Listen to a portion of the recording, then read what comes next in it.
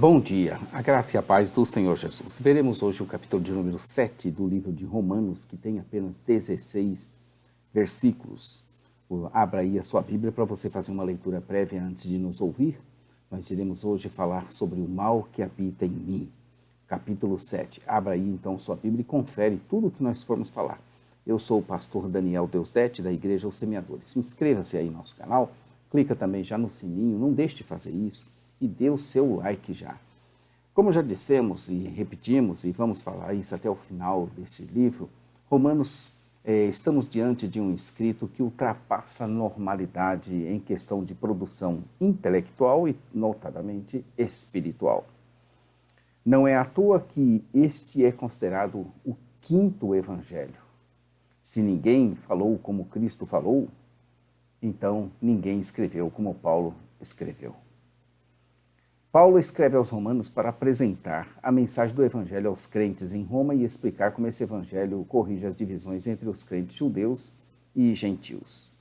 São tratadas nessa epístola as questões dos judeus e gentios e seus papéis interconectados na história relacionados ao pecado, à justiça e ao juízo de Deus, ao recebimento da justificação somente mediante a fé, independentemente das obras, a santificação que conduz à glorificação, a qual ocorre mediante a dependência do Espírito Santo, e como cristãos, judeus e gentios devem aprender a aplicar o Evangelho à vida prática.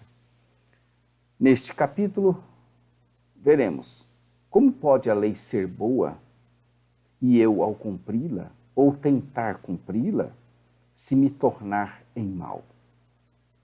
Engraçado isso, não é? Parece um dilema. Pois bem, a lei não torna ninguém melhor nem pior, mas ela, como diz Paulo, é santa, perfeita e boa. A lei, então, é o agente revelador da nossa natureza e não o agente modificador dela. Ele nos diz que a lei tem domínio sobre o homem. É como a figura do casamento, que obriga os cônjuges, pela lei do casamento, a serem fiéis. Ela não os torna fiéis. E ela não é má, pelo contrário, santa, perfeita e boa. Enquanto o homem estiver ligado à sua mulher pelo casamento, eles estão sujeitos à mesma lei. Mas sobrevindo a morte, qual o sentido da lei? Assim, nós não estamos mais obrigados pela lei, porque morremos e agora pertencemos a outro, a saber, ao Senhor. Já que não estou obrigado pela lei, por isso posso dar lugar ao pecado? Jamais. Isso mesmo, só a proposição, só essa proposição e a ideia, é uma grande insensatez. Nós estamos vendo a terceira parte, que é a salvação para judeus e gentios. Começamos no capítulo 3, no verso 21, e vamos terminar amanhã. No capítulo 8. Como dissemos, a salvação vem tanto para judeus e gentios do mesmo modo. Para todos, a justificação é somente mediante a fé, a parte das obras, e a santificação mediante a confiança no poder do Espírito Santo. Estaremos vendo até o capítulo 8, verso 39, a salvação para judeus e gentios, tendo mostrado e demonstrado que judeus e gentios são pecadores, carentes da salvação. Paulo então passou a explicar como essa salvação alcança a todos, e assim dividiu essa parte em sessões, e nós estamos vendo a santificação, que vai até o capítulo 8. Começou no capítulo 6 a santificação. Como já dissemos, até o capítulo 8 estaremos vendo a santificação.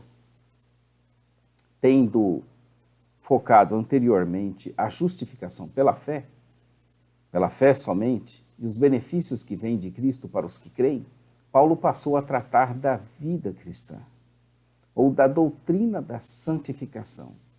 Sua consideração sobre o assunto se divide em três partes principais. A destruição do domínio do pecado, no capítulo 6, nós já vimos. A luta permanente contra o pecado, é neste capítulo que nós estamos vendo. E amanhã, a vitória no Espírito, no capítulo 8. A luta contra o pecado. Veremos nesses próximos 25 versículos a nossa luta permanente contra o pecado. Tendo lançado o fundamento da união na morte e na ressurreição de Cristo como fonte de salvação, o apóstolo se aprofundou mais sobre o relacionamento do crente com a lei. Nessa passagem, versos 1 ao 6, o apóstolo se estendeu sobre o tema do relacionamento do crente com a lei. A ideia principal é que, assim como a morte física altera os relacionamentos segundo a lei, a morte em Cristo também altera as obrigações legais do crente. A punição que a lei exige é a morte, mas aqueles que morreram por meio da união com Cristo já sofreram essa penalidade. A lei já fez todo o mal que pôde a eles. Ela não tem mais autoridade para condená-los. Nos versos 2 e 3, esse princípio é ilustrado pela analogia com o casamento. Quando um cônjuge morre, a lei que rege o relacionamento cessa a sua aplicação e o novo casamento deixa de ser pecado. Casar de novo após a morte de um cônjuge é totalmente coerente com o evangelho cristão.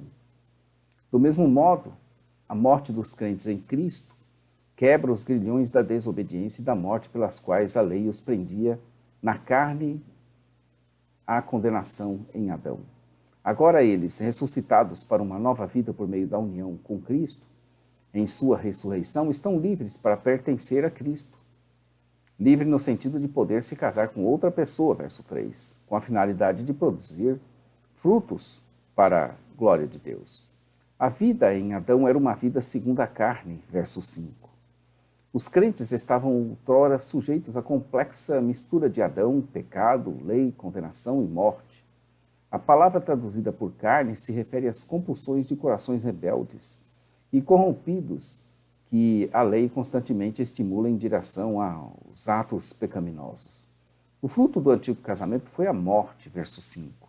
Porém, em Cristo, esse casamento adâmico com a lei deixou de existir. Os crentes não estão mais debaixo da lei, mas libertados dela. O novo casamento, ou seja, união de Cristo com o crente, é a entrada para uma nova vida dominada pelo Espírito Santo, o qual concede novo poder para o crente cumprir a lei santa de Deus. Recomendamos aqui, você dar uma olhada nos 3 usos da lei. Isso está na Bíblia de Estudo de Genebra, que você adquire aqui na nossa loja virtual Os Semeadores. Quando se refere ao Salmo 119, ele vai fazer um artigo teológico, que é os 3 usos da lei. Muito interessante, seria importante você dar uma verificada e conferir. O raciocínio de Paulo está correto, pois nesse ponto alguém poderia indagar, então se seria a lei pecado, né? Até aqui, as alusões de Paulo à lei foram de caráter negativo, mas estreitamente focadas. A função negativa que ela representou na vida da humanidade caída não é uma difamação da lei propriamente dita.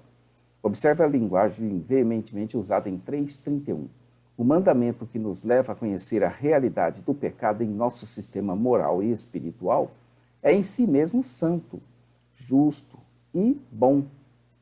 A lei é boa no sentido de ela ser o agente revelador do pecado. No entanto, o pecado, aproveitando a oportunidade dada pelo mandamento, produziu em mim todo tipo de desejo cobiçoso, pois sem a lei o pecado estava morto. Pois sem a lei o pecado está morto. Aqueles que não conhecem os mandamentos de Deus em pormenores pecam menos gravemente do que os que conhecem. Além disso, como a lei fornece informações sobre mais maneiras para se pecar e a carne deseja pecar, o conhecimento dela produz mais desejo de se praticar o pecado. No entanto, ainda que o pecado seja mais expressivo sem a lei, ele nunca está ausente. Que coisa bem estranha. Antes eu vivia sem lei, mas quando o mandamento veio, o pecado reviveu e eu morri. Não vivia no sentido de possuir vida espiritual, verso 11 do capítulo 6, mas segundo o juízo formado por ele próprio para viver. Conhecer a lei que prometia vida mediante obediência, verso 10, fez Paulo compreender que a guarda de suas ordens era exigida, mas a tentativa de obedecer a ela o faz verificar que interiormente, nos desejos do seu coração, por exemplo, a cobiça, verso 7, o pecado proibido no 10º mandamento. Então, esses desejos no seu coração, ele tinha quebrado de modo contínuo a lei, antes mesmo de perceber que fazia isso. E quando viu o que fazia, ele não conseguiu parar o ciclo vicioso. Por isso o apóstolo escreveu que o pecado, a força impulsionadora contrária a Deus e oposta à lei dentro dele, enganou-o e o matou, verso 11. Isto é, convenceu-o de modo muito profundo que ele estava espiritualmente sem vida e perdido. Paulo ofereceu a sua própria experiência como indicador de como o pecado e a lei se relacionam em cada pessoa. Foi dessa forma que Paulo descobriu que o próprio mandamento, destinado a produzir vida, na verdade, nele produziu a morte. Em si mesma, a lei demarca um caminho que garante o favor de Deus e a felicidade das pessoas. Porém, onde reina o pecado, esse caminho não pode ser seguido. E assim, a lei acaba por trazer somente miséria e morte. Aqui, verso 11, como em outras passagens de Romanos, a sombra do Éden emerge na linguagem de Paulo. Paulo afirma que for enganado pelo pecado que se aproveitou do mandamento, o enganou e por meio da lei o matou. A lei reflete o caráter de Deus, santo. Ela é a norma objetiva para a resposta pactual da humanidade a Deus, justo. E é também benéfica para os seres humanos, os quais foram criados à imagem de Deus, bom. Reparem, Deus é santo, justo e bom. Então a lei reflete o caráter de Deus, que é santo. Ela é norma objetiva para a resposta pactual da humanidade a Deus. Ele é justo e é também benéfica para os seres humanos, os quais foram criados à imagem de Deus. Ele é bom. O dilema de Paulo era como o bom poderia tornar-se morte para ele.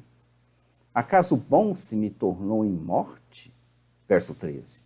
Paulo afirmou que foi o pecado dentro dele que se tornou a causa da sua morte espiritual ao levá-lo a quebrar o bom mandamento de Deus. Por isso, ele é visto como soberanamente ou sobremaneira maligno.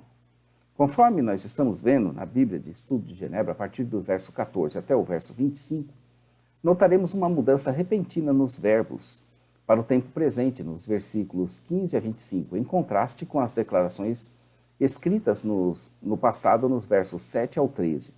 Levanta a questão sobre se Paulo estava, nesse ponto, descrevendo a experiência que ele próprio estava vivendo. Há uma variedade de interpretações possíveis, pelo menos aí umas 5 delas. O apóstolo escrevia a experiência de pessoas não regeneradas, ou talvez de judeus descrentes em particular, ou ele falava a respeito de um cristão numa condição espiritual enfraquecida, uma pessoa que não conseguia fazer uso dos recursos vindos da habitação interior do espírito, ou Paulo se referia a uma experiência de transição, possivelmente vivenciada por ele mesmo, de alguém que foi conscientizado de sua verdadeira necessidade espiritual, mas que não tinha entrado ainda no refrigério completo da justificação pela graça. Ou ele descrevia de um ponto de vista cristão a situação de pessoas piedosas antes da chegada de Cristo e do Pentecoste, ou ainda o apóstolo descrevia a situação normal de cristãos em geral, os quais ainda não cumprem perfeitamente as exigências da lei, embora eles estejam em Cristo e livres da condenação dela. Essa última perspectiva, que nós vimos, a quinta, é a interpretação mais provável, que era também aceita por Agostinho, por Calvino, por Lutero, por Melanchthon. Ela é a que melhor explica a mudança feita por Paulo para o tempo presente, embora o seu tema nos versos 7 ao 25, a lei santa de Deus estimulando e expondo o pecado, continuasse o mesmo. Então, essa vertente, essa variação, era o apóstolo descrevia, essa interpretação, a situação normal de cristãos em geral, os quais não cumprem perfeitamente as exigências da lei, embora eles estejam em Cristo e livres da condenação dela. E também é a que melhor explica a presença dos elementos encontrados somente em pessoas que foram unidas como Cristo ressurreto para uma nova vida no Espírito, aqui na autoanálise feita pelo apóstolo.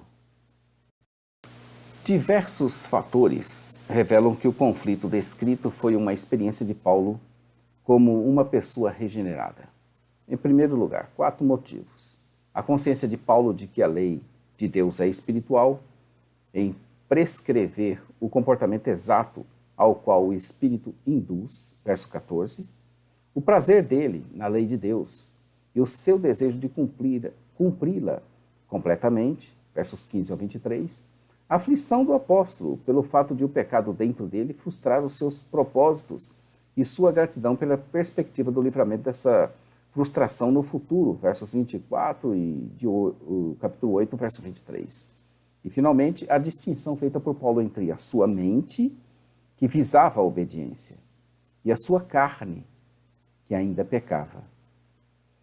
Esse profundo conflito é inerente à vida em Cristo, para todo crente na terra, pois Cristo habita nos crentes, assim como ainda habita neles o pecado, o mal que habita em mim. No verso 14, Paulo afirma que a lei é espiritual, uma descrição mais profunda da lei. Longe de rejeitá-la, Paulo declarou que ela vem do Espírito Santo.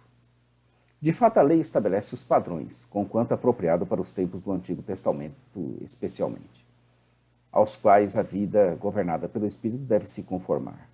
Embora a lei fosse espiritual, ele dizia de si que, todavia, era carnal, vendido à escravidão do pecado.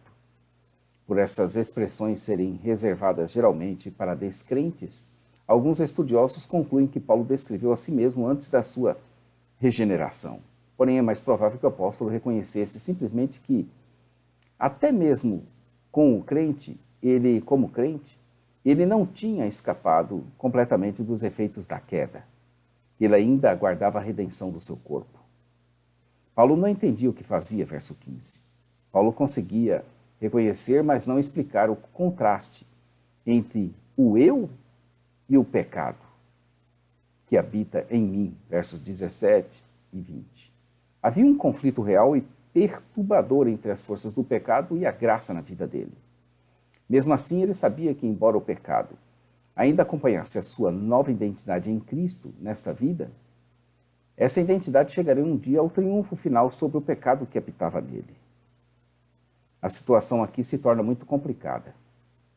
O dilema é grande na vida de Paulo e na vida, obviamente, de todos nós, na minha vida, na sua vida.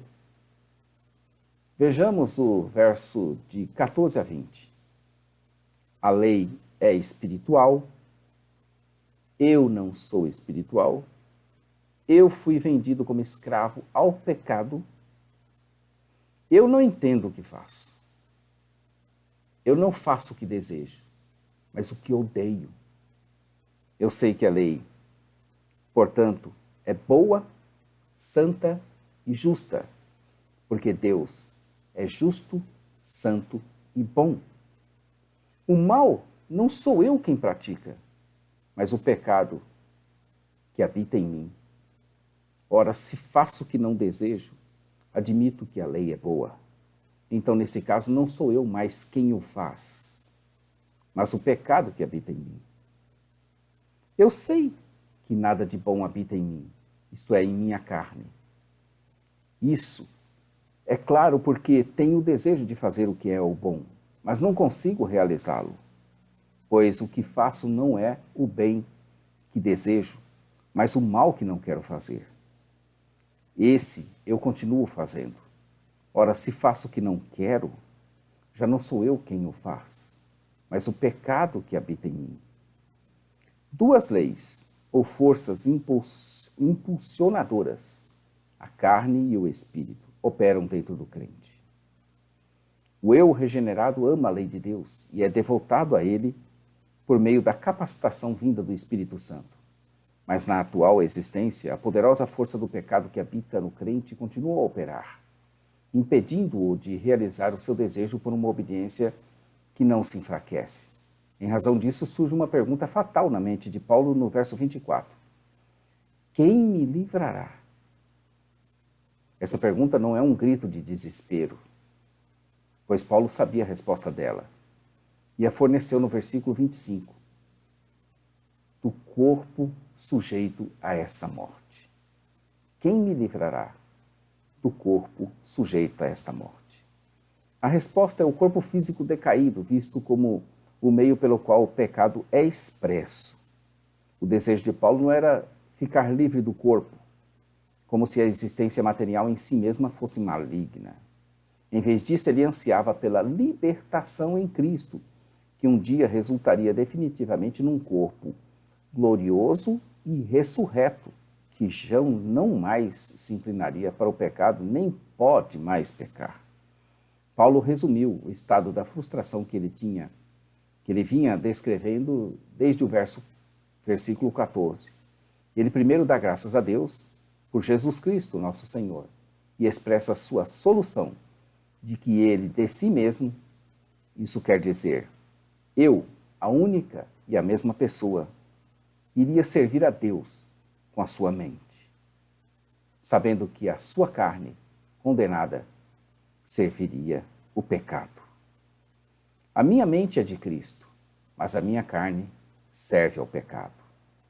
Paulo aprovava totalmente o bom mandamento de Deus, embora o pecado ainda permanecesse dentro dele. Sabedores disso, desse dilema do mal que habita em nós e que estará conosco até o final da nossa jornada, qual deve ser nosso proceder, de modo a maximizarmos as glórias e alegrias no Senhor e, ao mesmo tempo, minimizarmos o egoísmo? Porque a suma do pecado é o egoísmo.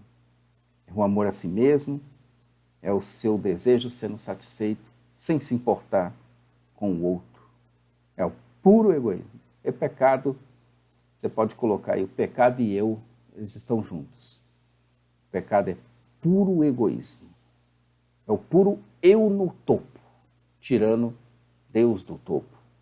Nós devemos amar a Deus acima de todas as coisas. Quando você põe o eu acima de tudo, então aí você está sendo egoísta, você está praticando coisas que não convêm e que você sabe que são reprováveis e que você deve recuar.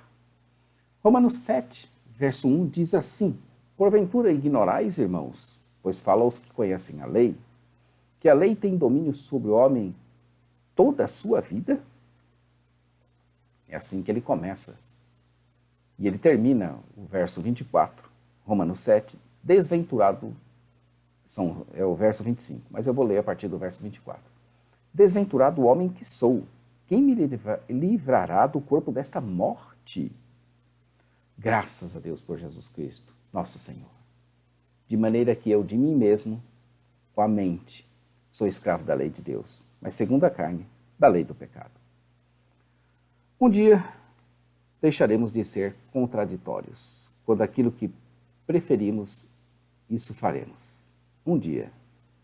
Hoje, na atual condição de pecador, você peca. Na condição de ressurreto, você não peca mais. Por enquanto, nem compreendemos nosso próprio modo de agir, como Paulo. Mas Paulo suspira aliviado, dizendo que com a mente ele servirá ou será escravo da lei, mas segundo a carne, da lei do pecado. São duas leis. Escolhemos a quem serviremos. Conta-se uma história de um sábio índio que descreveu certa vez em seus conflitos internos.